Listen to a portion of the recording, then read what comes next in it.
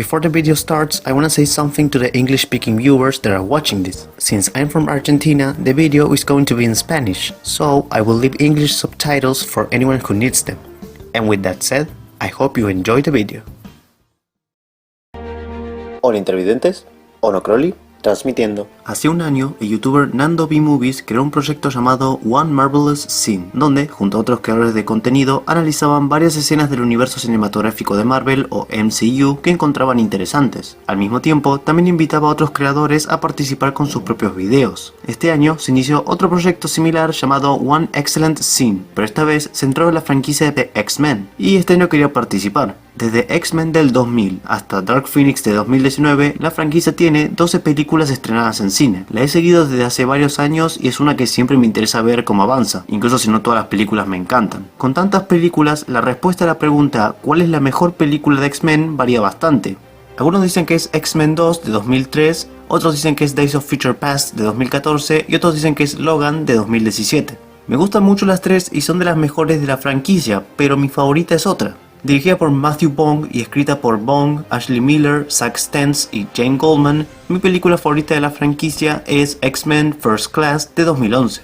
No hay otra película de la franquicia de X-Men que haya visto más veces que esta, y no es solo por el gran disfrute que me causa, realmente creo que es la mejor película de la franquicia. La dirección de Vaughn es muy destacable e inteligente en su modo de contar la historia visualmente, además de tener varios planos interesantes. También cabe resaltar la dirección de actores y cómo todos entregan muy buenos trabajos acá. También, junto con la dirección de fotografía y arte, se transmite muy bien las épocas del guión y es distinguible de otras de la franquicia por esto. El guión se siente muy bien escrito y pulido, creando arcos muy buenos para Xavier, Eric, Raven y Hank, además de darle a los dos primeros una relación muy bien construida y mi versión favorita de la franquicia de esto. Implementa bien los conflictos de la época donde ocurre, trae a varios mutantes con poderes interesantes, además de crear una sensación de un grupo unido, de un grupo de héroes. Y el soundtrack de First Class, además de ser muy bueno de por sí, trajo el tema que más representa al personaje de Magneto, al menos en mi caso. Como se puede notar, me gusta mucho esta película, pero ahora la pregunta es, ¿qué escena elegí para analizar hoy? Con todo dicho, comencemos.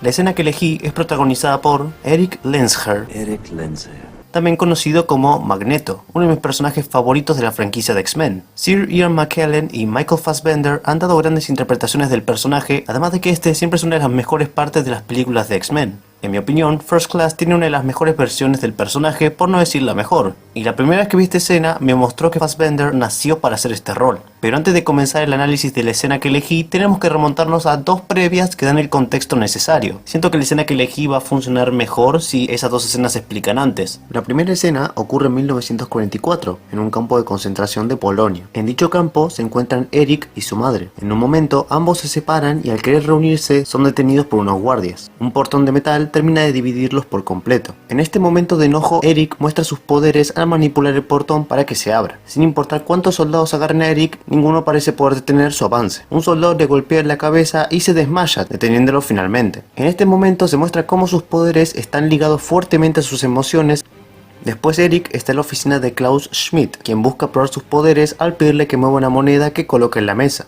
A pesar de sus esfuerzos, no logra moverla, ni siquiera cuando Schmidt amenaza con matar a su madre en frente suyo. Una vez que Schmidt convierte sus palabras en realidad y la mata, es que sus poderes se activan. Y no solo lo hacen, sino que ahora es con más potencia que antes por lo sucedido. Ahí queda aún más claro cómo sus emociones se ligan a sus poderes, que todavía no puede controlarlos correctamente, y la destrucción y daño que puede causar cuando no los controla. La segunda escena ocurre 18 años después. Vemos que ahora Eric mueve la moneda en su mano con calma y facilidad, mostrando no solo un mayor control de sus poderes, sino también de sus emociones. No significa que no vamos a verlos progresar, pero sí que hubo cierto avance, cierta evolución. El modo en que tira la moneda con precisión hacia un dibujo de Schmidt también muestra esto. El mapa con conexiones enfrente suyo también nos ayuda a completar el salto de tiempo establecido. Nos da cierta información de todo ese periodo de tiempo que no vimos. Sabemos que el enojo de Eric por Schmidt y por todo lo que tuvo que pasar todavía es fuerte en él, y está dispuesto a hacer lo que sea para lograr su objetivo, para encontrarlo al fin. Todo esto es contado en la escena sin necesidad de diálogo y realmente es algo muy destacable de la dirección de Vaughn. Y la próxima vez que lo vamos a ver en la película es en la escena que elegí para analizar hoy. La escena comienza con Eric caminando por Suiza, dirigiéndose a un banco con un maletín en su mano. Después pasamos a verlo dentro, donde se nos revela que lo que llevaba dentro del maletín era una barra de oro nazi, notable por el logo en esta. La détention de cet or est illégale. Je devrais appeler la police. Ne jouons pas ce jeu. Où vient cet ordre? D'un ami qui m'a chaudement recommandé votre banque. Je vois. Vous connaissez nos conditions, monsieur. Oui. Et vous devriez connaître la mienne. Hagamos una pausa acá y hablemos de todo lo que pasó hasta ahora. Esta sección de la escena contiene los diálogos más implícitos y con mayor misterio, ya que Eric todavía no reveló sus verdaderas intenciones, además de otros detalles. Sabemos que eventualmente Eric va a atacar al banquero y estamos esperando al momento en que lo haga, y la construcción está muy bien llevada. Algo que también ayuda a vender esto es la actuación de Fassbender, quien transmite bien la mezcla entre la furia contenida de Eric y su confianza respecto a la situación. Sabemos que su furia va a exponerse eventualmente, pero también que sabe que con sus poderes tiene el control de la situación. Todos estos elementos funcionan muy bien juntos, así que ahora vamos a ir con elementos más específicos de esta sección de la escena. Cuando dice que es un amigo el que le recomendó el banco para dejar la barra de oro, comprendemos que ese amigo entre comillas del que habla es alguien que lo llevó hasta ahí, que le dio la información necesaria para llegar a este sitio, para continuar su plan. Todavía no sabemos el rol exacto del banquero en el plan de Eric, pero sabemos que es alguien vital para este, viendo además que su foto está tan cerca de la de Schmidt en el mapa que vimos antes. También es importante remarcar la pausa del banquero y la pregunta a Eric de si conoce sus condiciones. En este momento, donde cree que Eric sabe sobre sus tratos y que está de acuerdo con hacer uno, es cuando su modo de hablarle y sus frases suenan menos severas, por decir una manera. Le habla de un modo más tranquilo. Esto nos muestra que tiene contactos con gente que ha manejado objetos de este estilo, objetos ilegales de los nazis, y nos empieza a dar un indicio de cómo el banquero podría encajar en el plan de Eric. Pero me gusta mucho ese cambio sutil en la forma en que el banquero le habla. Es un pequeño toque que aporta bastante a la situación. Algo de la dirección que me gusta mucho es cómo la barra de oro refleja los rostros de Eric y el banquero. Además de hacer más interesantes los planos, también muestra qué los une en ese momento. Esa barra representa lo que le dio la ruta actual a la vida de Eric, y cómo eso llevó a que estos dos estén juntos en este momento. Además de resaltar esto de dirección, también quisiera resaltar al guión. No teme entregar elementos más implícitos, lo que va acorde a Eric ocultando su plan ahora. Deja la situación clara, pero al mismo tiempo deja otros elementos en espera al avance de la escena. Y algunos, como lo del amigo que le dio la barra, es la clase de cosas que no requiere más explicación que esa. Entendemos a qué se refiere el personaje y aporta el salto de tiempo que se mencionó antes. Volviendo con la escena, después de que Eric menciona sus condiciones, habla del origen del oro, indagando más en su pasado y su objetivo con esta reunión. Cet or est tout ce qu'il reste de mon peuple. Fondu de leurs biens, arraché de leurs dons. Ceci est le prix de leur sang. Et vous allez m'aider à trouver les salauds qui ont fait ça.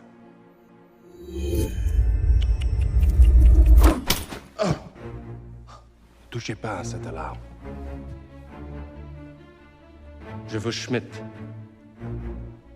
Klaus Schmidt. Où est-il?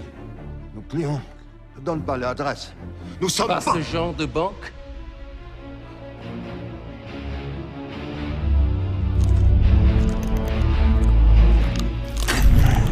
Des plombages en métal, hein? Pas en or. On a peur que quelqu'un me les vole.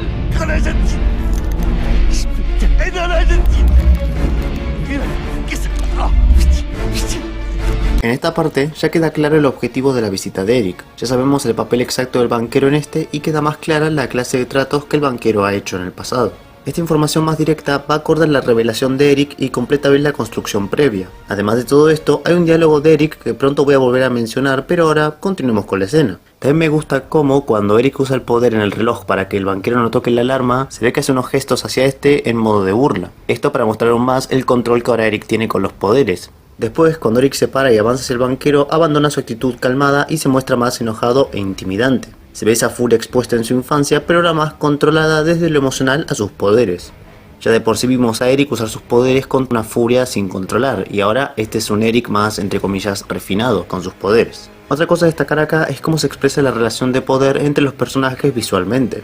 La escena comienza con Eric y el banquero hablando sentados a una altura visual equitativa. Cuando Eric se acerca al banquero, las tomas cambian de modo que el banquero ya no tiene poder visualmente. Los planos de Eric son contrapicados y los del banquero picados. Esto para establecer que ahora Eric es quien controla la situación por completo. Como comentario aparte, me pareció interesante la elección de Argentina para este punto de la trama, viendo cómo esto se relaciona a lo que se ha hablado sobre los nazis que vinieron a refugiarse a este país y el tráfico de oro en el mismo sitio.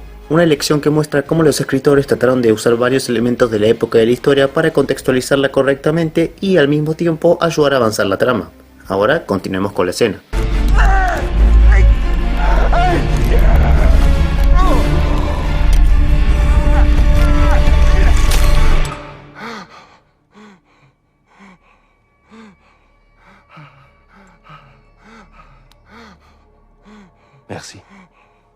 La acción de Eric de remover el empaste metálico de la boca del banquero es reminiscente al momento previo donde no pudo levantar la moneda por no saber cómo controlar sus poderes. Ahora puede hacerlo y con gran precisión, lo que es otra muestra más de su evolución. Al intentar sacar el empaste, la cara de Eric muestra un enojo más controlado, al mismo tiempo que también se ve una furia diferente a la que vimos en su infancia. La forma en que sus ojos observan el proceso con furia y fascinación por igual muestran ese lado malvado que se ha construido con los años. Incluso se ve una leve sonrisa en medio del proceso que habla de esta maldad que se ha mezclado con su furia. Los planos cercanos a Eric y el banquero ayudan a resaltar todo esto y la intensidad del momento. Todo lo que Eric vivió, lo que Schmidt le habrá obligado a hacer, los experimentos que este le hacía a Eric, todo ese enojo e impotencia se ven reflejados en él mientras más avanza la escena. También, previamente, Eric dice que el oro fue sacado de los dientes de su pueblo. Esto crea la pregunta de si Eric fue obligado por Schmidt a remover empastes metálicos de su gente. Mucha gente podría decir que no, otros pueden creer que sí, pero es una conexión interesante de líneas que agrega una capa más al trauma y sufrimiento de Eric.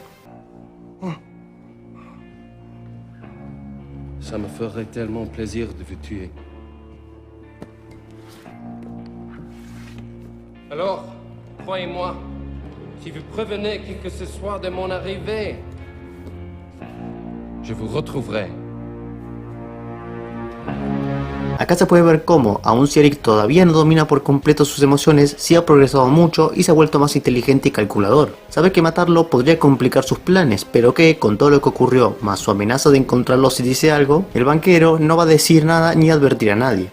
Si hay algo que siempre ha caracterizado al personaje es su inteligencia al actuar. No es alguien que habla y actúa sin pensar, sino que realiza sus acciones meticulosamente. Esta escena es una muestra de lo peligroso que es el personaje ahora, cómo va a serlo más adelante en la película y cómo terminó siéndolo en el futuro. Eric, I believe. I prefer Magneto.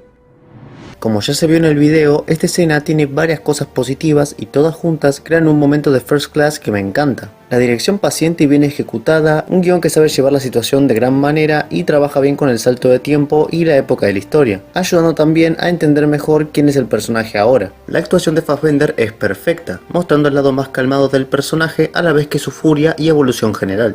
La música del personaje ayuda a crear un tono y ambiente más tenso y peligroso y tiene una buena colocación musical. First Class, además de ser una gran película, tiene varias escenas geniales para analizar, y me alegra haberlo hecho con una increíble escena. O bueno, sería mejor decir...